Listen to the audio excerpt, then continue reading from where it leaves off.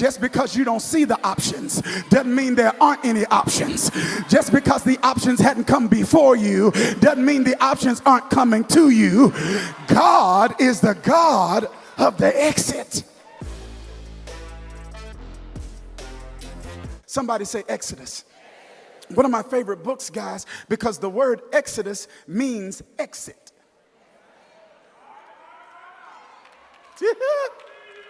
So the content contained in the book of Exodus is content that exposes us to how God orchestrated Israel's exit out of Egypt. Let me tell you why that excites me. If God is the God of the exit, that means I'm never trapped. I may look trapped, it may feel trapped, others may think I'm trapped. But if God is the God of the exit, it means when there is no way, he'll make one. It means when there is no way out, he will make a way out. If he's got to part a Red Sea, knock down a Jericho wall, remove a roadblock, replace some people, when God gets ready to get you out, you are coming out. Listen to this. And if God is the God of exits, then we are people with options.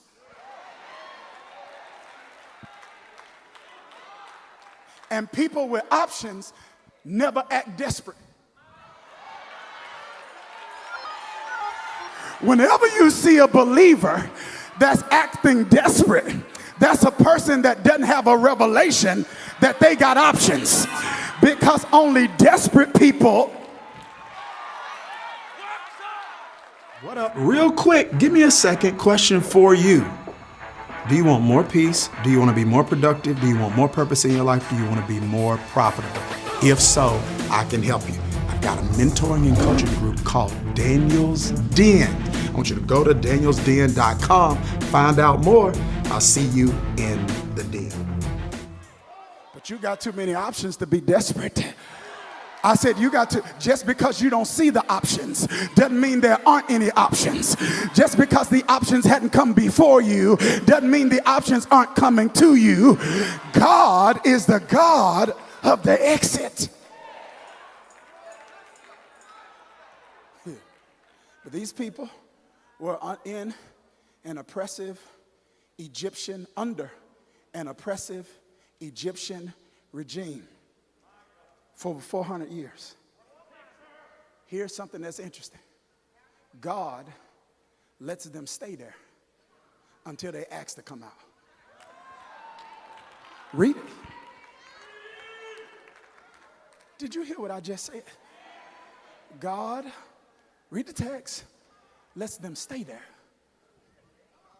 until they ask to come out. Because God will let you live on whatever level you settle for.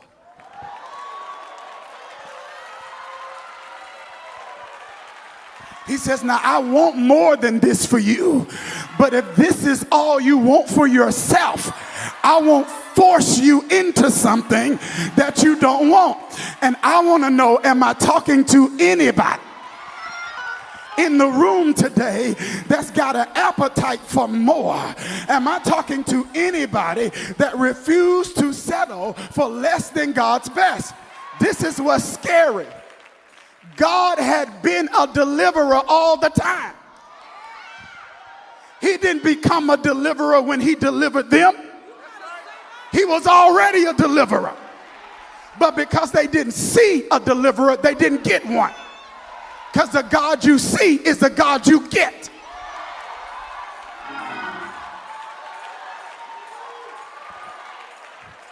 If the only thing you see about God is he can give you a one-way ticket to heaven, that's all you're going to get.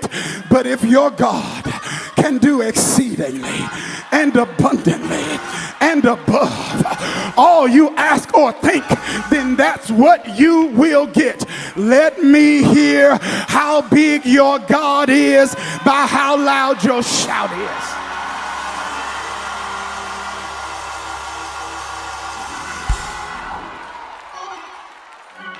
Ain't that something?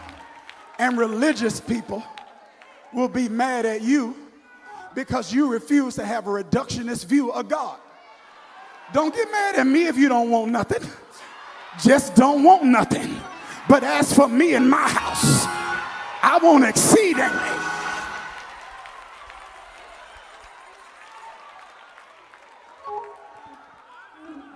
Here it is. Text says, they cry out to God for deliverance. God starts talking to a deliverer. Most of them don't even know Moses. They start talking to God about deliverance. God starts talking to a deliverer. They start talking to God about deliverance. God starts talking to a deliverer. They start talking to God about deliverance. God starts talking to a deliverer. Now, this is why this is concerning for me. They talking to God about a problem, but God's not talking back to them. When I talk to God about a problem, I want God to talk to me about the problem I'm talking to God about. But instead of God talking to them about the problem, God starts talking to the answer. Just because God is not talking to you about the problem doesn't mean God is not working on the answer.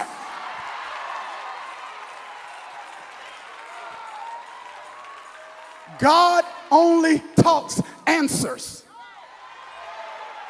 You got it. I said God only talks answers. He said, you want to talk problems, don't talk to me. But when you get ready for an answer. He said, I don't talk problems, I talk answers. He's talking to a man named Moses. He's burning bushes. Are y'all ready for this? He's interrupting his life.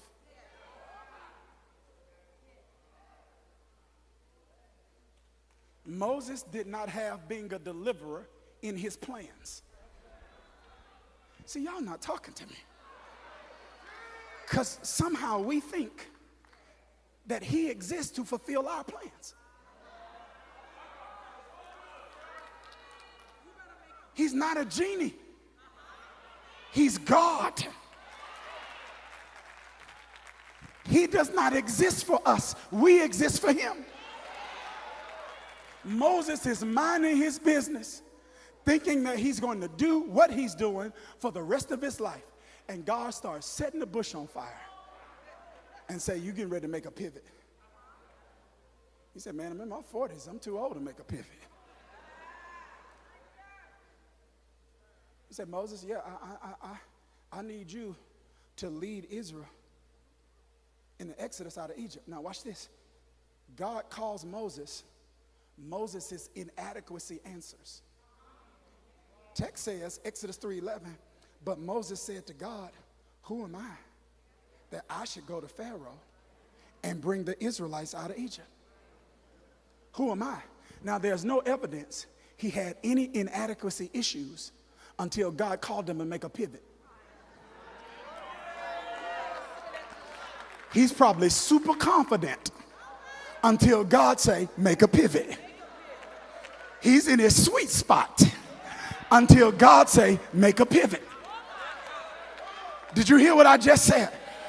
But he has no idea there's a whole nation of people waiting on him to get over himself. You didn't hear what I just said. There was a whole nation of people waiting on him to get a revelation of who he was. And there is an assigned group of people that you are supposed to reach, that you will not reach until you give God a yes.